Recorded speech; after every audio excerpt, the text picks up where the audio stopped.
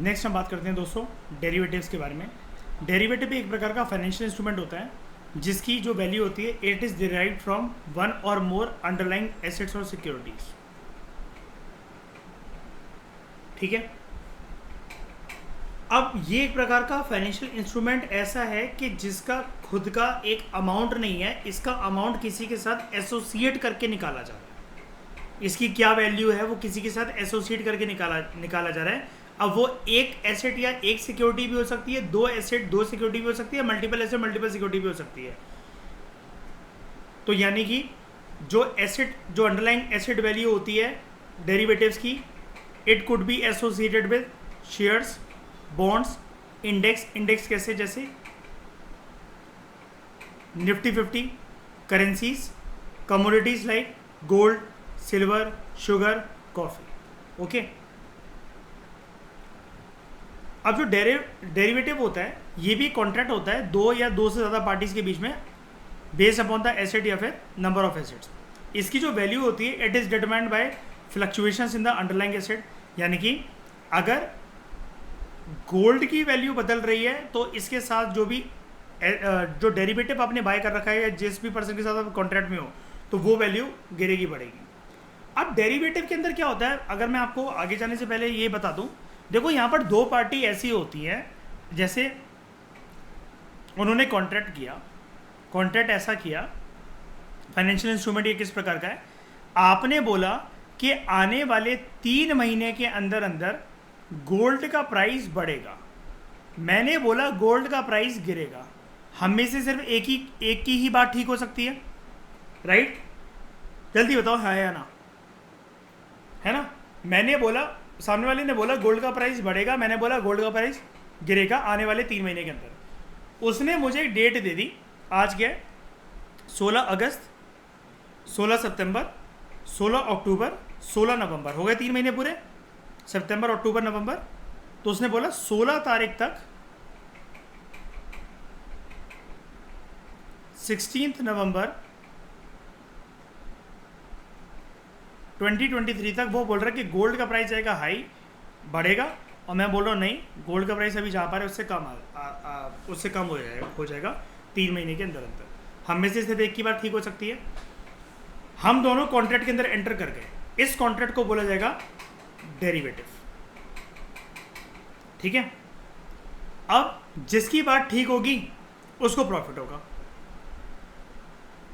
उसने हाई के ऊपर बोली लगाई थी, मैंने लो के ऊपर बोली लगाई थी, लेकिन हमें जो भी अपना कॉन्ट्रैक्ट पूरा करना है, जो भी मार्केट को देखना है, जिसकी बात ठीक होती है गलत होती है, ये 16 नवंबर 2023 तक की करना है, क्योंकि इसके अंदर जो एक्सपायरी अवेलेबल थी इस कॉन्ट्रैक्ट के अंदर वो 3 महीने की अवेलेबल थी। बताओ, इसको कहते हैं ना स्टॉक मार्केट की भाषा में फ्यूचर्स का कॉन्ट्रैक्ट, यही होता है फ्यूचर्स, है ना?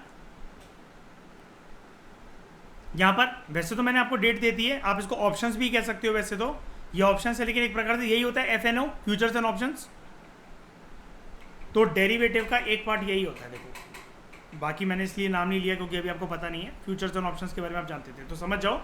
आप सोच रहे होगे, इंट्रोडक्शन में मैंने इसलिए बता दिया कि आप सोच रहे होगे कि ये क्या है, ये कौन सा एग्रीमेंट होता है कि जिसकी वैल्यू कॉफ़ी, शुगर, सिल्वर के दाम अगर ऊपर नीचे जाएंगे तो उसकी वैल्यू बदलेगी। क्योंकि डेरिवेटिव क्या है, हम लोगों की एक बोली है, बोली एक एग्रीमेंट है, वो एग्रीमेंट हमने किसी चीज़ के ऊपर निर्धारित कर रखा है, समझ जाओ। ठीक है, तो जैसे आपको पता है मल्टी कमोडिटी एक्सचेंज मार्केट के अंदर या फिर NCDCX, उसके अंदर जहाँ पर ये एग्रीकल्चर गुड्स की ट्रेडिंग होती है, या फिर हम निफ्टी 50 के ऊपर मतलब वो कर रहे हैं। ठीक है, तो ये फ्यूचर्स एंड ऑप्शंस का पार्ट है। तो डेरिवेटिव जो है it protect from the future price fluctuations and uncertainties. It is commonly use by importers and exporters, farmers and dealers in agriculture commodities. It leads to hedging of risk and it is an established risk management practice. SEBI जो है वो India के अंदर derivative market को regulate करता है, और अब ये मार्केट ऑनलाइन भी है in terms of stock market.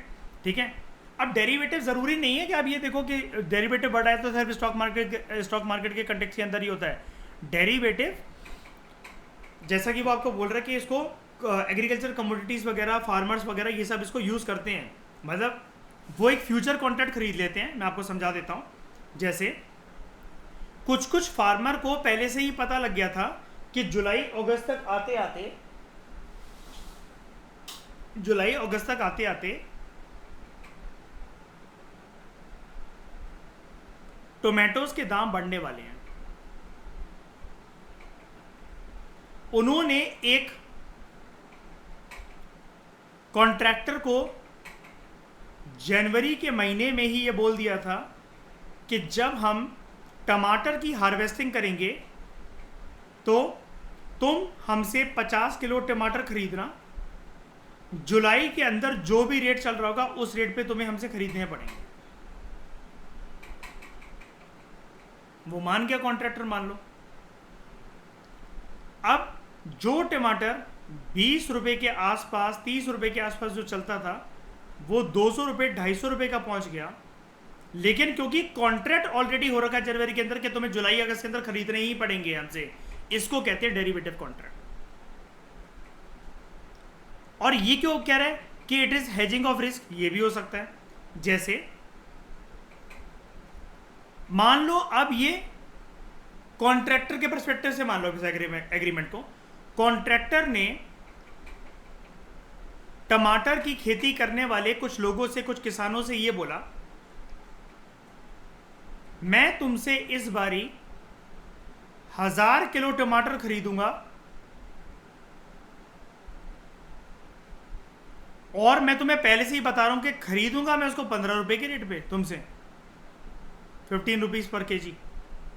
और 1000 किलो, मैंने रुपए को लिख दिया पर सॉरी, 1000 किलो खरीदूंगा 15 रुपए के भाव से। अब क्या हुआ, इस कॉन्ट्रैक्टर को ऐसे पता था कि टमाटर के दाम बढ़ने वाले हैं, मैं क्यों ना सस्ते के अंदर खरीद लूं कुछ महीने पहले ही,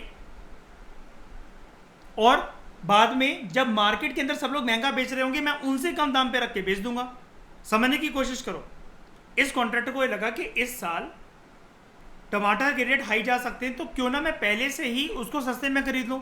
अब आपके दिमाग के अंदर आएगा कि सर जब वो खेत में भी लगा हुआ है, हार्वेस्टिंग हुई नहीं, तो वो पहले से कैसे खरीद लेगा? बिल्कुल आपकी बात ठीक है, पहले से खरीद नहीं सकता, लेकिन पहले से कॉन्ट्रैक्ट के अंदर तो एंटर कर सकता है बेचने वाले के साथ। अमेजन पे जब अलग अलग प्रकार की श्रेया जब सेल लगती हैं, जैसे new year sale, independence sale, आप प्री ऑर्डर कोई भी चीज़ करते हो और वो 50% डिस्काउंट या उस पर होती हैं, तो आपने ऐड टू कार्ट अगर उसको रख के कैश ऑन डिलीवरी अगर उसको करवा दिया है, अब बाकी लोग उससे पहले या उससे पहले कितने भी रेट पे खरीद चुके हो, आपका तो एक डेरिवेटिव कॉन्ट्रैक्ट बन गया ना अमेजन वाले के साथ कि आपको तो 30% रेट या 70% ऑफ पे मिलेगी वो वाली चीज़। और सामने वाला आपसे कह सकता है यार तुमने सही टाइम पे लिया यार, मेरे को तो बहुत महंगा पड़ा था, 2500 रुपये का चूना लग गया मुझे, तो तुमने इस पर 2500 रुपये बचा लिए। होगा ऐसा कि नहीं होगा? अब क्या होगा, फार्मर्स ने कहा अरे यार ये हमसे सिर्फ 15 रुपये में खरीद रहा है और हम तो फ्यूचर में पास्ट में इसके साथ कॉन्ट्रैक्ट ऑलरेडी कर चुके हैं। अब कॉन्ट्रैक्टर का ये रिस्क जो हो गया वो हेज नहीं हो गया, बताना जरा। अब मार्केट में हर जगह 250 रुपये के टमाटर चल रहे हैं किलो, इसने 15 रुपये में खरीद लिए हैं। ये अगर कल को लोगों को 100 रुपये में भी बेचे तो ये तो फिर भी कितना ज़्यादा नेट प्रॉफिट में, देख रहे हो मार्केट के कंपैरिजन में कितना सस्ता बेच रहा है। और उसके पास 1000 किलो पड़े हुए हैं टमाटर, 1000 किलो। बिक जाएंगे इसके सारे कि नहीं बिक जाएंगे बताओ? ये चीज है। कल को अगर आपको लगता है कि गोल्ड का प्राइस बढ़ने वाला है, 3 महीने के अंदर वो बढ़ जाएगा, कैसे भी करके आपको लगता है कि गोल्ड अब तो बढ़ेगा, आप पहले से ही उसका फ्यूचर कॉन्ट्रैक्ट बाय करके रख लो।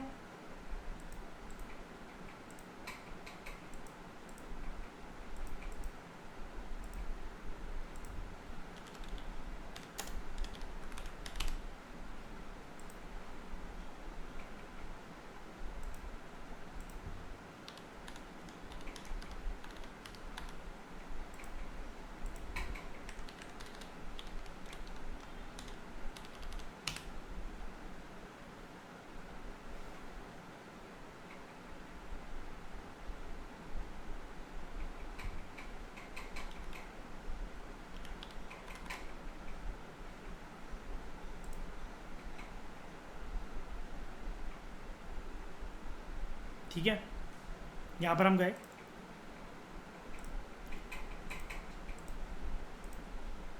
मैंने गोल्ड के चार्ट को देखा सबसे पहले, XAU USD।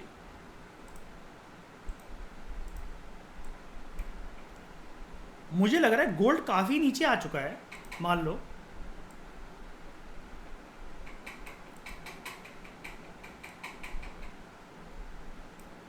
और अब ये यहाँ से ऊपर जाएगा, अभी यहाँ से ऊपर जाएगा। गोल्ड यहाँ पर काफ़ी ऊपर था 4 मई 2023 को, आज ये 17 अगस्त 2023 को काफ़ी तब से नीचे नीचे नीचे ही आता जा रहा है। और मुझे अब यहाँ से लग रहा है कि ये ऊपर जाना शुरू करेगा। ठीक है, मैंने क्या करा, कमोडिटीज़ पे गया, गोल्ड गोल्ड गोल्ड, ये गोल्ड। अब ये वाला प्रॉपर तरीके से गोल्ड खरीदने जाऊंगा तो ये तो बहुत महंगा मिलेगा। ये मुझे मिल रहा है 5,45,000 का, जिसके अंदर 100 यूनिट्स हैं। 100 तोला गोल्ड है इसके अंदर। इतना महंगा नहीं खरीदना है। मैं गया गोल्ड गिनिया के ऊपर, ये सही मिल रहा है मुझे 4,400 रुपये का। अब इसके ज़रा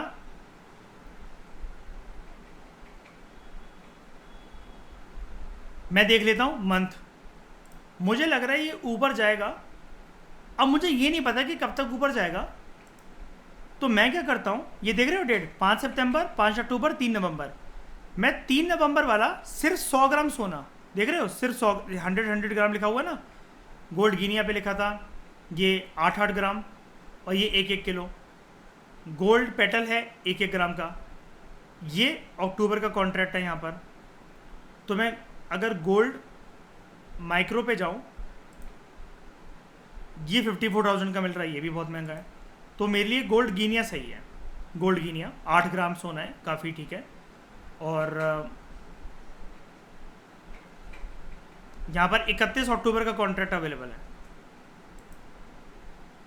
4,400 रुपये समथिंग लग रहे हैं। अब मैं इसको आराम से होल्ड कर सकता हूँ, मैं इसको आराम से होल्ड कर सकता हूँ। मुझे लेकिन आप में से किसी को ये लग रहा है कि नहीं, हमारी एक्सपेक्टेशन तो ये है, तुम कह रहे हो कि यहाँ से गोल्ड ऊपर जाएगा, लेकिन वी आर सेइंग कि गोल्ड इस रेंज को तोड़ के नीचे गिरेगा। दो तरह के लोग हैं।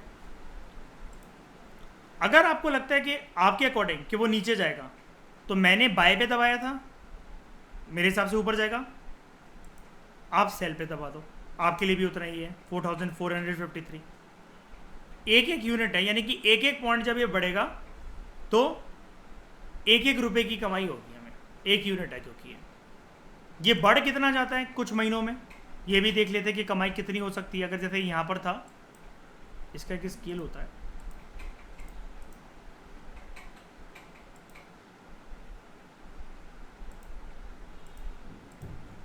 ये रहा, हाँ,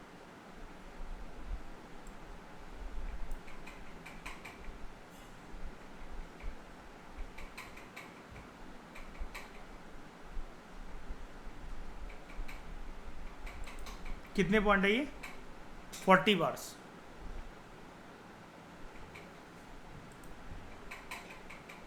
तो लगभग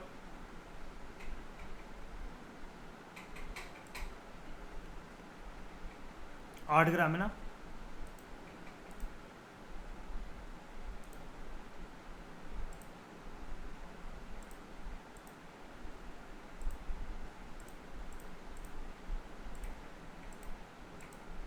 इतनी कमाई आपको हो सकती है।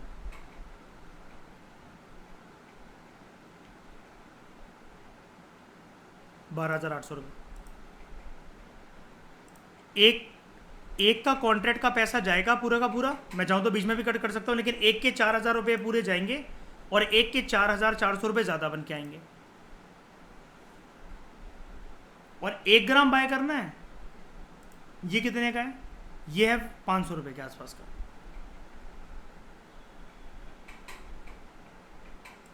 ये 1 ग्राम है, ये 40 रुपये का फ़ायदा देगा आपको।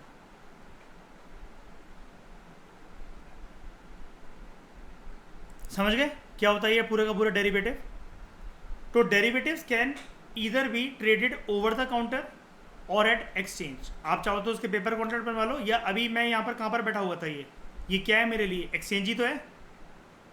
क्यों? कौन करके दे रहा है मुझे ये वाला काम? मेरा कमोडिटीज फ्यूचर किस पे कर रहा हूँ मैं ये वाला काम?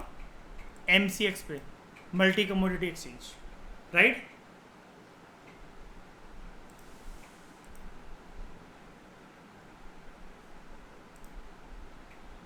ऐसी किसी भी चीज़ का फ्यूचर, मतलब कुछ भी हो, कुछ भी। अब जैसे और लेड को आप जानते होंगे, लेड कितने का है? 66,000 का मिल रहा है, लेकिन इतना ना खरीद के अगर मैं लेड मिनी खरीद लूँ, ये 13,000 रुपये का है। कितना लॉट साइज है इसका? 1000। और प्रॉपर सिर्फ एक लेड में कितना था? 5,000। मतलब एक पॉइंट पे 5,000 मिलेंगे रुपये, और यहाँ पर एक पॉइंट ऊपर नीचे जाएगा तो 1,000 रुपये। कपास 35,000 का है, लॉट साइज 200 का। ऐसी बहुत सारी चीज़ें होती। निकल 1500 किलो, ये है 2,91,000 का।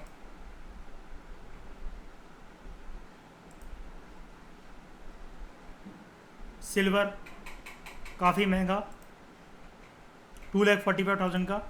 लेकिन वहीं पर अगर मैं सिर्फ 1 किलो वाला अगर बाय करूँ, सिल्वर माइक्रो, 8,000 रुपये का एक यूनिट।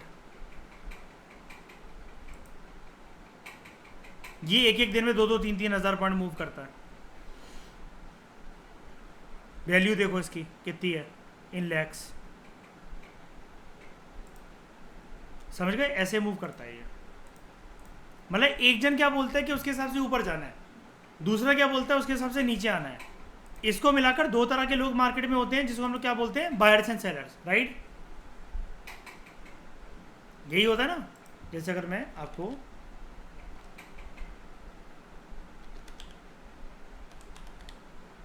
सिल्वर माइक्रो जो वो है, इसके कॉन्ट्रैक्ट देख रहे हो कितनी कितनी दूर के आ चुके हैं। फ्यूचर्स पे चलते हैं हम इसके, सिर्फ इसके फ्यूचर्स पे। इसका अगस्त का फ्यूचर है, नवंबर का फ्यूचर है, सीधा फरवरी का फ्यूचर है। अगर आपको ये लगता है कि आप जो सिल्वर है, सिल्वर फ्यूचर्स ये रहा, अगर आपको ये लगता है कि ये कल को ऊपर जाएगा फरवरी तक, और फरवरी कहाँ पर है?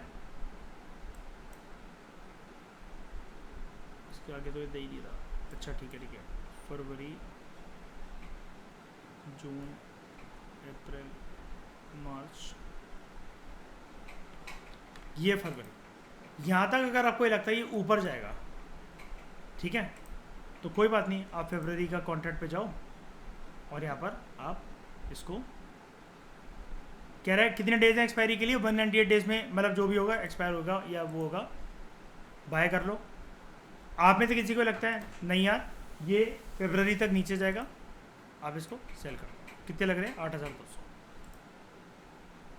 अब अगर ये ऊपर जाता है, कुछ भी जाता है, तो आपने तो इसको आज के समय में 8,000 रुपये रेट पे बाय करा। अब कल को ही अगर खूब ऊपर बढ़ जाए, 10,000 पॉइंट अगर ऊपर बढ़ जाए, आपको लाखों रुपए का इसके अंदर फायदा हो जाए, तो क्या होगा उससे? आपने तो सस्ते में बाय कर रखा था, तो सामने वाले को देने पड़ेंगे वो पैसे आपको। क्यों? क्योंकि आपने फ्यूचर का कॉन्ट्रैक्ट पहले ले लिया था। आपने ये सौदा, फरवरी का सौदा, अगस्त के महीने में बैठ के कर लिया था। और वहीं पर इसमें अच्छी बात क्या होती है? लॉस अगर आपको हो रहा है, कितने पैसे जाएंगे? मैक्सिमम आप कितने कमा सकते हो बताओ? 8,270 रुपये अगर आप गलत हुए। और ये भी पूरे नहीं जाएंगे। अगर आपको लग रहा है आप गलत होते जा रहे हो, नीचे आ रहा है, कोई बात नहीं, एग्जिट कर दो उसको बीच में। ये फायदा होता है फ्यूचर कॉन्ट्रैक्ट लेने का। और सिल्वर एक पॉइंट पे अभी पहले तो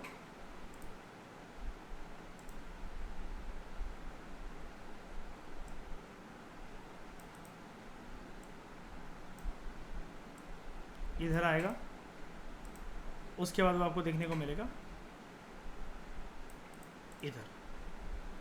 तो अगर नियरेस्ट एक्सपेक्टेशन अगर पूछो तो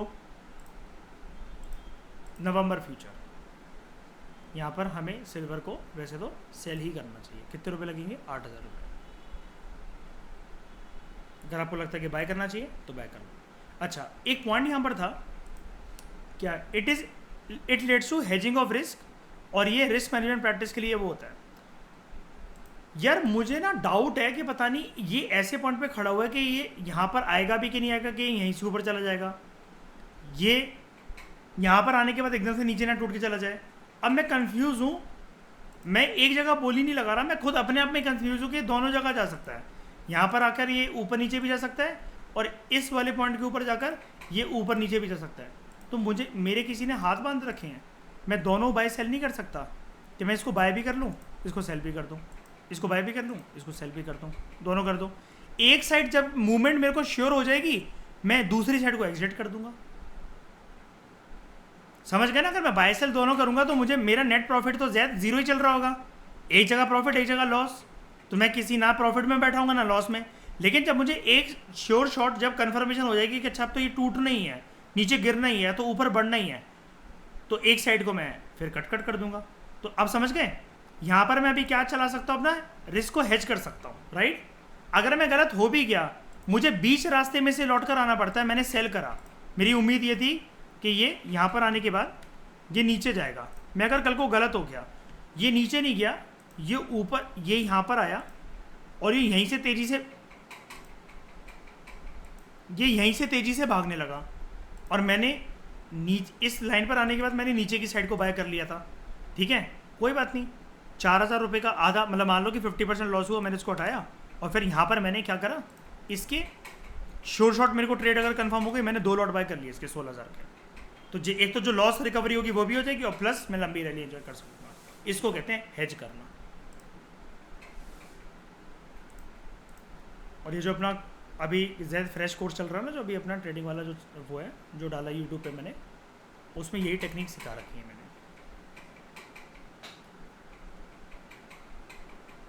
इसलिए मैंने उसको यहाँ पर ये बोल रखा था कि सारी चीज़ों के अंदर मैंने उसके अंदर ये सब सिखा रखा है, stocks, forex, commodity, Dow Jones, crypto. तो OTC derivatives constitute the greater proportion of derivatives in existence and they are unregulated. जो ओवर द काउंटर होते हैं, क्योंकि वहाँ पर तो ओवर द काउंटर कैसे, ये जो फार्मर जो हैं वो डीलर से बात कर रहे हैं, तो आप क्या उनको जान पाओगे कि कैसी डीलिंग हुई है, क्या हुई है ना। अंगूठा लगवा कर पता चला 00 आगे लगा दे, है ना। लेकिन जो डेरिवेटिव्स यहाँ पर एक्सचेंज पर जो होते हैं, ये स्टैंडर्डाइज होते हैं। मैंने कहाँ गया ये, मैंने इसको 8,000 रुपये का मतलब श्रेय बेचा, एक ही लॉट बेचता हूँ, 8,000 रुपये का मैंने इसको बेचा, ठीक है। और मेरी उम्मीद थी कि मतलब ये नीचे जाएगा, मतलब मैंने इसको बेचा, क्या मतलब सेल करा इन द सेंस कि ये नीचे नीचे नीचे जाता जाएगा। अब ये मुझे यहाँ तक ये मिल गया, ये शायद मान लो कि बिस्म ये जैकपॉट बन गया मेरे लिए, ये यहाँ तक पहुँच गया बिल्कुल। फेब्रुवरी वाले कॉन्ट्रैक्ट जो मैंने ले रखा था यहाँ पर, अब ये कितने पॉइंट की ये वो है रैली है, ये यहाँ पर है, ये यहाँ से करते करते करते करते ये यहाँ पर पहुँच गया।